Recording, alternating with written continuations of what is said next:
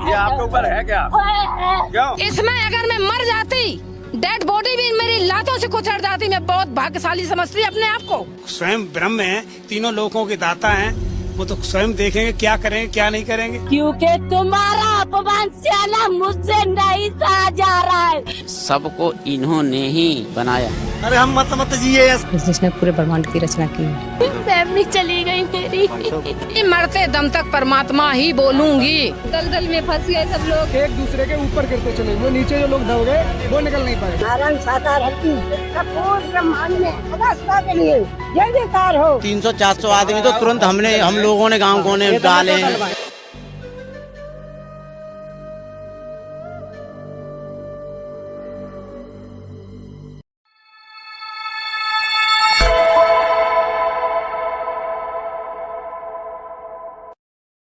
भारतवर्ष में ऋषियों और संतों की कमी तो कभी रही नहीं, लेकिन पिछले कुछ दशकों में गुरु बाबा ऐसे शब्दों ने हमारे मन में एक बहुत ही नकारात्मक और संदेहास्पद छवि तैयार की है। क्योंकि गुरु ब्रह्मा गुरु विष्णु गुरुर्देवो महेश्वर, गुरु साक्षात परम ब्रह्म तस्मै श्री गुरुवे नमः गा के गुरु की वंदना करने वाले हम लोगों को जब ऐसे ऐसे गुरु नसीब होने लगे जो हजारों करोड़ों की आश्रम में रह के हमें मोह माया छोड़ने का ज्ञान देते हैं, लड़कियां छेड़कर बलात्कार करके सिद्ध पुरुष बन बैठे हैं, खुद की सेना बनाकर हथियार रखने वाले बहुरूपीय जब हमें देह भाव से मुक्ति का ज्ञान देने लगे, तब क्यों ना उंगली उठाई जाए, तब क्यों ना शक पैदा हो कहीं ये तीसरा बाबा भी गुरु घंटाल तो नहीं।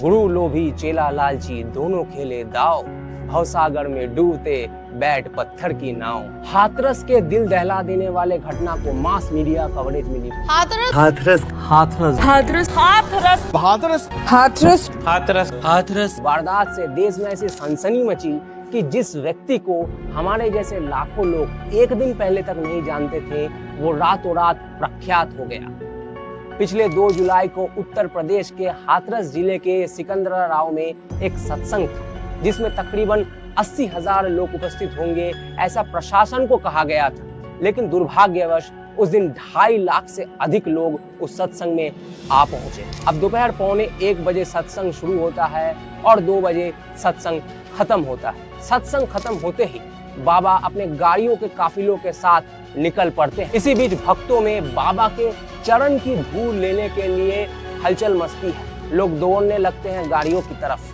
अब भीड़ को काबू करने के लिए पर्याप्त पुलिस तो वहां थी नहीं और बाबा के जो सेवादार थे वो भी रघु चक्कर होने लगे थे। बस फिर क्या था, धक्का मुक्की में लोग गिरते गए, उनके ऊपर और लोग गिरे। इसके चलते उसी वक्त किसी का दम घुट गया, किसी की गर्दन की हड्डी टूट गई, किसी की सीने की पसलियां टूट के दिल और फेफड़ों को चीरते हुए अंदर चली गई। कहा जा रहा है ज्यादातर मौतें दम घुटने की वजह से हुई।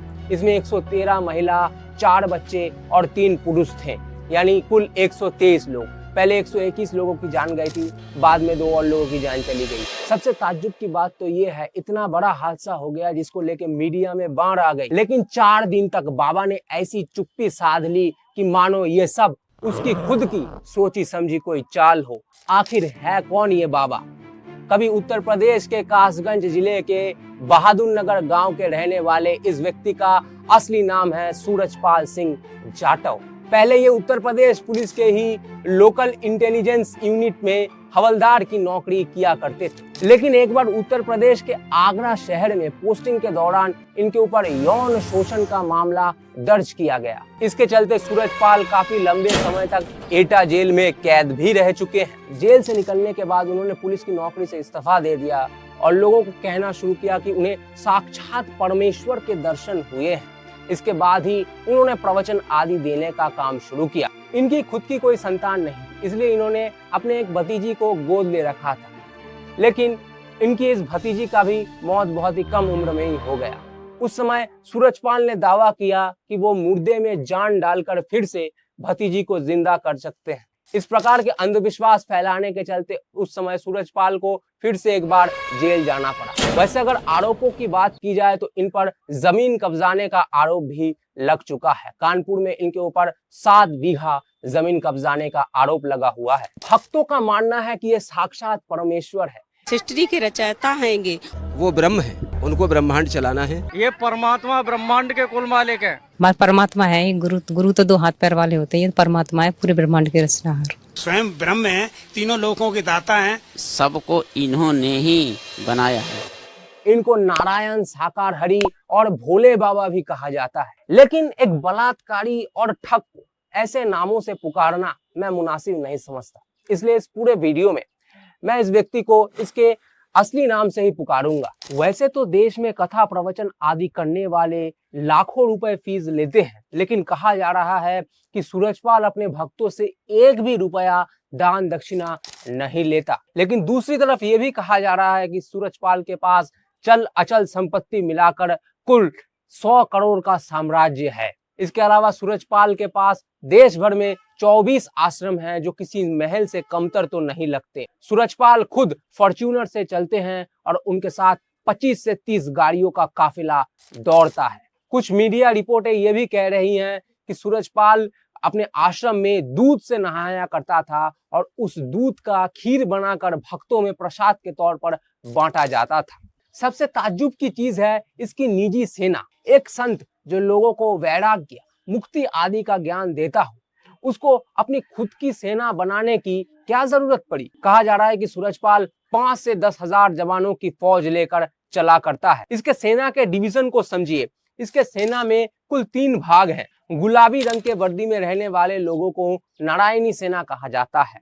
भूरे रंग के वर्दी में रहने वाले लोगों को कहा जाता है हरिवाहक और काले रंग के वर्दी में रहने वालों को कहा जाता है गरुड़ योद्धा। ये गरुड़ योद्धा ही हमेशा सूरजपाल के निजी सुरक्षा में तैनात रहा करती है, कुछ हद तक ब्लैक कमांडो की तरह। और इन सब को एक साथ सेवादार कहा जाता है। वैसे इनके लक्षण किसी से मिलते जुलते नहीं लगते। एक और था जो खुद को संत कबीर साहब का अवतार बताता था। दोस्तों, वो संत कोई और नहीं बल्कि पूरी दुनिया में सब संत महंत गुरु आचार्यों शंकराचार्यों से हटकर सर्वधर्म ग्रंथों के आधार पर सद्भक्ति प्रदान करने वाले अद्वितीय महापुरुष जगत गुरु तत्वदर्शी संत रामपाल जी महाराज हैं। क्या बोला?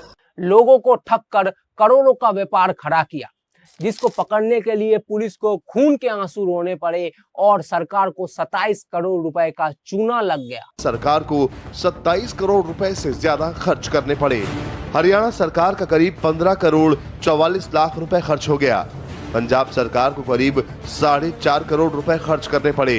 केंद्र सरकार का 3.5 करोड़ रुपए खर्च आया और चंडीगढ़ प्रशासन का भी करीब 3.5 करोड़ रुपए खर्च हुआ। वैसे तो इसको उम्र कैद की सजा सुनाई जा चुकी है, लेकिन इसके चेले चपाटे आज भी आम लोगों को इस प्रकार से मगज धुलाई करते हैं कि लोग आज भी कहते हैं कि रामपाल वापस आएंगे, वो तो बंदी छोड़ हैं। बेचारे इनके हालत भी करण अर्जुन की माँ की तरह ही है। मेरे करण अर्जुन आएंगे। लेकिन अगर कोई दान दक्षिणा का मसला नहीं है तो सूरजपाल कैसे बने करोड़पति? वैसे अभी तक तो इसके बारे में कोई खास जानकारी पब्लिक डोमेन में उपलब्ध नहीं है, लेकिन आज तक के इस रिपोर्ट की माने तो सूरजपाल ने कुछ ट्रस्ट खोल रखे हैं जिसके माध्यम से यह सारा काम होता है। यानी हाथों हाथ कोई भी दान दक्षिणा नहीं लिया जाता, सब ट्रस्ट के माध्यम से होता है। बंदा इतना शातिर है कि इसने इतने आश्रम बना रखे हैं, लेकिन कोई भी जमीन इसने अपने खुद के नाम से नहीं खरीदी। दलित और समाज के पिछड़े वर्ग में इसकी चपेट बहुत मजबूत है। बहुत अधिक संभावना है कि ये दलित वोट बैंक का बड़ा नुमाइंदा है। समाजवादी पार्टी के अध्यक्ष अखिलेश यादव खुद इसके सत्संग में जाके संपूर्ण ब्रह्मांड में सदा सदा के लिए इसका जयकारा लगा चुके हैं। नारायण साकार जी की संपूर्ण ब्रह्मांड में सदा सदा के लिए जय जयकार हो। सूरजपाल का दबदबा इतना ज्यादा है कि विपक्ष के नेता तो दूर, एक मायावती जी को छोड़कर मुख्यमंत्री तक ने भी इस पर कोई बड़ा बयान नहीं दिया था इतने बड़े हादसे के बाद। एबीपी के एक रिपोर्ट में जब रिपोर्टर ने एक मृतक के घर वालों से बात की तो उन्होंने कहा कि बाबा के खिलाफ कुछ नहीं बोल सकते, बाबा पूरा का पूरा परिवार गायब करवा देता है। गरीब लोग हैं, ज्यादा कुछ इनके खिलाफ बोलेंगे तो हमारे ऊपर एक्शन ले लिया जाएगा, हमारा परिवार भी गायब कर दिया जाएगा। आपको डर है कि अगर आप बोलेंगे तो बाबा के लोग, बाबा के जो समर्थक हैं वो आपके साथ कुछ हादसा कर सकते हैं? तमाम मेरे हादसा है गई, मेरे परिवार के परिवार गायब कर दिए जाते हैं।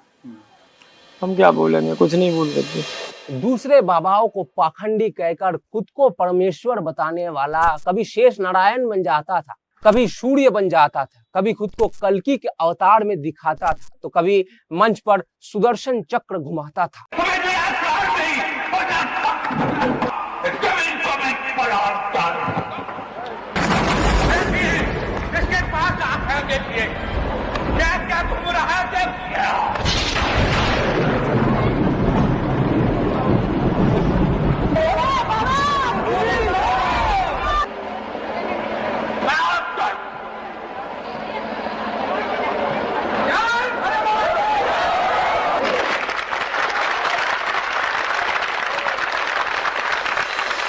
इनके भक्तों का कहना है कि बाबा अंधविश्वास नहीं फैलाते, लेकिन बाबा के गांव में लगे हैंडपंप के पानी पीने से किडनी स्टोन ठीक हो जाता है। मेरे स्टोन थे, काफी दवाई ली नहीं निकले। यहाँ का पानी से मैं नहाई हूँ, धोई हूँ, सारे स्टोन बाहर हो गए।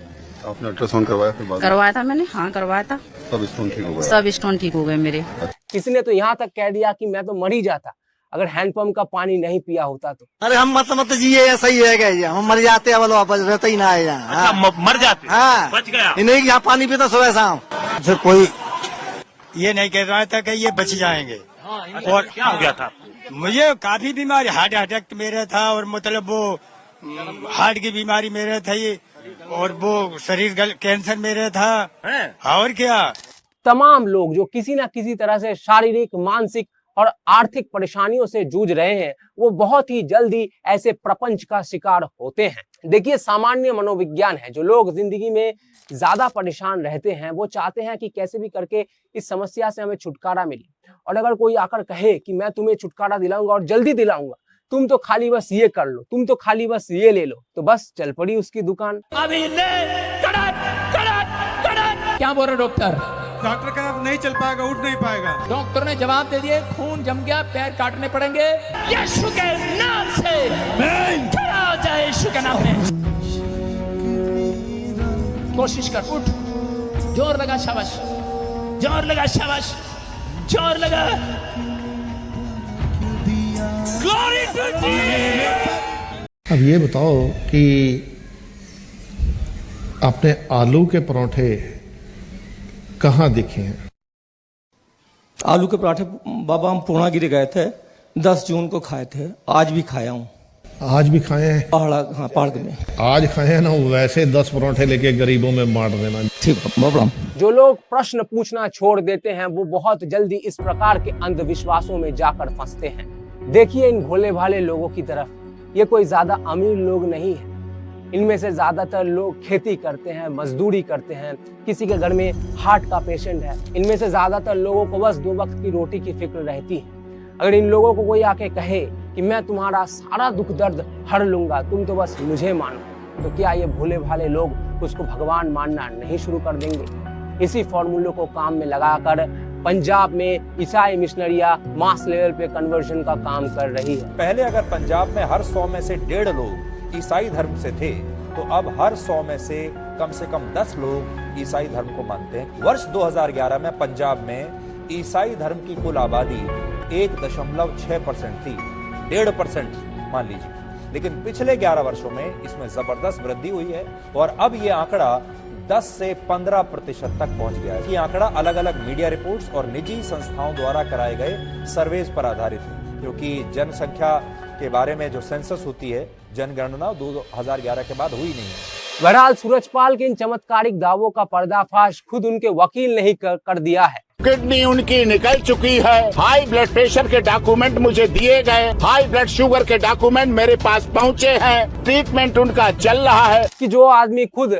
अपना एक किडनी खो चुका है, डायबिटीज और बीपी का रोगी है, उसके पैरों की धूल से और हैंडपंप के पानी से कैसे रोग ठीक हो सकता है, ये तो अब भक्तों को ही विचारना है। हादसे के 4 दिन तक लापता रहने के बाद अचानक 6 जुलाई को सूरजपाल मीडिया के सामने प्रकट होते हैं और ऐसे भाषण देते हैं कि मानो 4 दिन से उनकी रातों की नींद उड़ी हुई थी। कहा जा रहा है ये रटी रटाई स्क्रिप्ट उनके वकील की ही दी हुई थी। ताज्जुब की बात तो ये है, मैनपुरी आश्रम के बाहर 24 घंटे तैनात रहने के बावजूद पुलिस को सूरजपाल नहीं मिला। लेकिन 6 जुलाई को मौके पर एएनआई कैसे सूरजपाल तक पहुंच गई? बहरहाल अपने 2.5 मिनट के इस बयान में सूरजपाल कहते हैं जो भी उपद्रवकारी हैं वो बख्शे नहीं जाएंगे। जो भी उपद्रवकारी हैं वो बख्शे नहीं जाएंगे। यहाँ किसी को ये समझ में नहीं आया कि उपद्रवकारी कौन है। बाद में 8 जुलाई को इनके वकील मीडिया के सामने एक नई थ्योरी लेकर आते हैं, जिसमें उनके वकील एपी सिंह का कहना है कि उस दिन सत्संग में 10-12 एंटी सोशल एलिमेंट्स जहरीले गैस के स्प्रे लेकर घुस आए थे। उन्होंने जहरीला स्प्रे, जो नशीला और जहरीला स्प्रे था, उनके यहाँ हाथों में लगा हुआ था। स्प्रे के इतने बड़े स्प्रे जैसे करते हैं, यहाँ लगा हुआ था और ऐसे 10 से 12 लोग थे लगातार। उन्होंने स्प्रे किया, जिसके चलते लोगों में असमंजस की स्थिति तैयार हुई और इसी के चलते भगदड़ मची। यही उपद्रवकारी थे। लेकिन एबीपी के एक एपिसोड में जब एपी सिंह के इन दावों के पड़ताल के चलते उस दिन हादसे के चश्मदीदों से पूछताछ की गई। जहाँ पर घटना घटित हुई वहीं पर खड़े हुए थे डिवाइडर के पास, ना कोई स्प्रे का हुआ, नहीं कोई भगदड़ कर्मी ऐसे थे लोग थे, आपत्तिजनक कोई ऐसे व्यक्ति नहीं थे जहाँ भगदड़ का कोई किसी ने ऐसा किया हो उस जगह। ये सब सारी झूठी बातें हैं जो वकील साहब कह रहे हैं, वो गलत कह रहे हैं। वकील साहब झूठ बोल रहे हैं, लेकर आइए वकील साहब को। एपी सिंह साहब सुना आपने, चश्मदीद कह रहे हैं वकील साहब झूठ बोल रहे हैं, मनगढ़ंत किस्से यहाँ पर सुना रहे हैं, भोले बाबा का बचाव कर रहे हैं, अपनी ड्यूटी कर रहे हैं मतलब वकील साहब। तो मानो एपी सिंह साहब के तोते उड़ गए।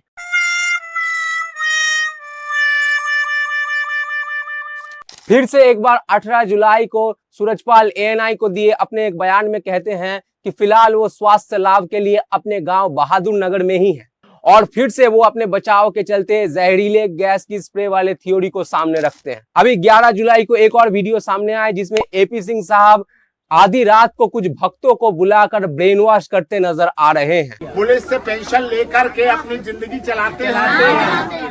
किसी ने आपको यहाँ बोलने के लिए कोई पैसे तो नहीं दिए, कोई लोभ लालच तो आपको नहीं दिया, किसी ने आपको डरा धमका के तो नहीं कोई करवा रहा है, कोई डराया तो नहीं, हमने आपको अपने आप बुलवाया तो नहीं। कौन है ये एपी सिंह? वो तो पागल है नहीं, उसको पागल करते करते ये खुद पागल हो जाएंगे। तो लगता है कि विनय पागल नहीं है, एपी सिंह को आराम की जरूरत है। आप वरिष्ठ पत्रकार हैं, एबीपी न्यूज चैनल पूरी दुनिया में देखा जाता है और एबीपी वरिष्ठ न्यूज चैनल है और वरिष्ठ पत्रकार हैं। TV9 भारतवर्ष बहुत प्रतिष्ठित चैनल है, राष्ट्रवादी चैनल है और आप सुप्रीम कोर्ट के वरिष्ठ पत्रकार। मूल रूप से उत्तर प्रदेश के रहने वाले लखनऊ यूनिवर्सिटी से डॉक्टरेट डॉक्टर एपी सिंह वही हैं जिन्होंने निर्भया के गुनहगारों को बचाने के लिए 7 साल तक एड़ी चोटी का दम लगा रखा था। 16 दिसंबर 2012 के उस रात में दिल्ली के सड़कों पर दौड़ती बस में जिस हैवानियत के साथ इन राक्षसों ने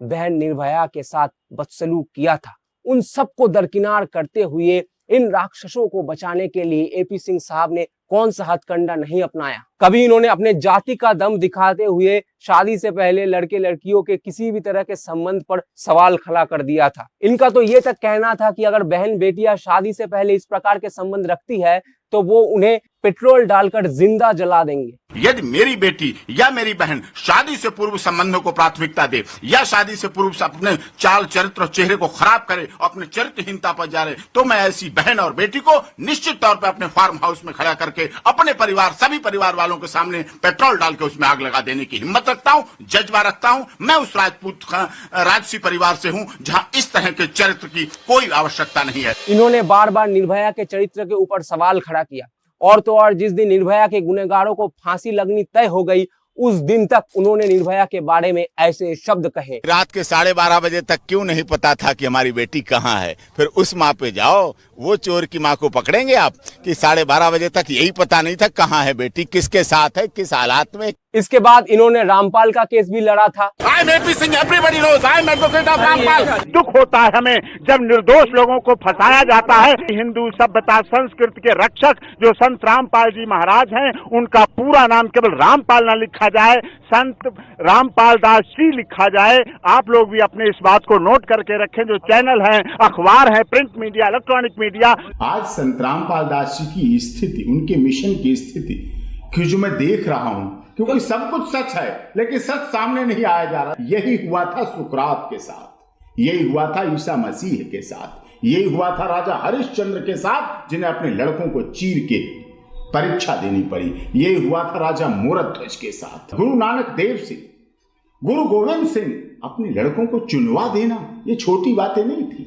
मीराबाई को जहर का प्याला पीना पड़ा। एपी सिंह साहब इतना बता दे कि इनमें से कौन लोगों को स्वर्ग भेजने का एजेंट था, इनमें से कौन भोले भाले भक्तों को फुसलाकर 1-1 लाख रुपए लेकर स्वर्ग की टिकट बुक करवाता था, इनमें से कौन अपने अय्याशी के चलते महलनुमा आश्रम में रहता था, इनमें से कौन निजी सुरक्षा के लिए फौज तैयार करके बैठा था, इनमें से किसने निजी सुरक्षा के लिए हिंसा का रास्ता अपनाया था। और आज सनातन की आड़ लेकर इस ठग को बचाने के लिए डॉक्टर एपी सिंह इसके काले करतूतों की व्हाइट वॉशिंग शुरू कर चुके हैं। बहरहाल अंत में एक सवाल मीडिया से भी है। हाथरस के इस दिल दहला देने वाले हादसे के बाद से बड़े बड़े मीडिया चैनल्स अपने दर्शकों को अंधविश्वास पाखंड से दूर रहने का मशवरा दे रहे हैं, लेकिन यही मीडिया चैनल सुबह शाम राशिफल दिखाती है, तमाम तरह की चमत्कारी उपाय और तर्कहीन चीजें बताती है। और एक चीज, ये बड़े बड़े मीडिया चैनल्स क्यों सिर्फ अंधविश्वास फैलाने वाले बाबाओं को इतना टारगेट कर रही है? बच्चों के बंदूक से जीन का एनकाउंटर करने वाले मौलवियों, हालेलुया कह के मुर्दे में जान फूंकने वाले पादरियों पर ये बड़े बड़े मीडिया चैनल्स क्यों बड़े बड़े एपिसोड नहीं बनाती? भक्तों से मैं बस इतना ही कहना चाहूंगा कि आप इस सूरजपाल को जो भी समझते हो, परमेश्वर या बाबा, उस सब को दरकिनार करते हुए, इसकी कही बातों, लोगों से सुनी सुनाई बातों को दरकिनार करते हुए एक बार जरा शांति से बैठ के अपने आप को देखिए। क्या इसकी भक्ति करने के बाद से आपके मानसिक और बौद्धिक स्तर पर कोई परिवर्तन आया है? कहीं ऐसा तो नहीं पहले आप एक प्रकार के विश्वासों में मानते थे और अब जाके किसी दूसरे तरह के विश्वासों में फंस गए हैं? बहरहाल जो भी तथ्य मेरे हाथ लगे और मेरे अपने विचार मैंने आपके सामने रखे, आपके विचारों का नीचे कमेंट बॉक्स में खुला स्वागत है। अगर आप भी इस बाबा के किसी भक्त को जानते हैं तो जरूर ये वीडियो उसके साथ शेयर कीजिए। चैनल को सब्सक्राइब करके मेरे साथ जुड़े रहिए। मिलता हूँ आपसे अगले वीडियो में, तब तक के लिए नमस्कार।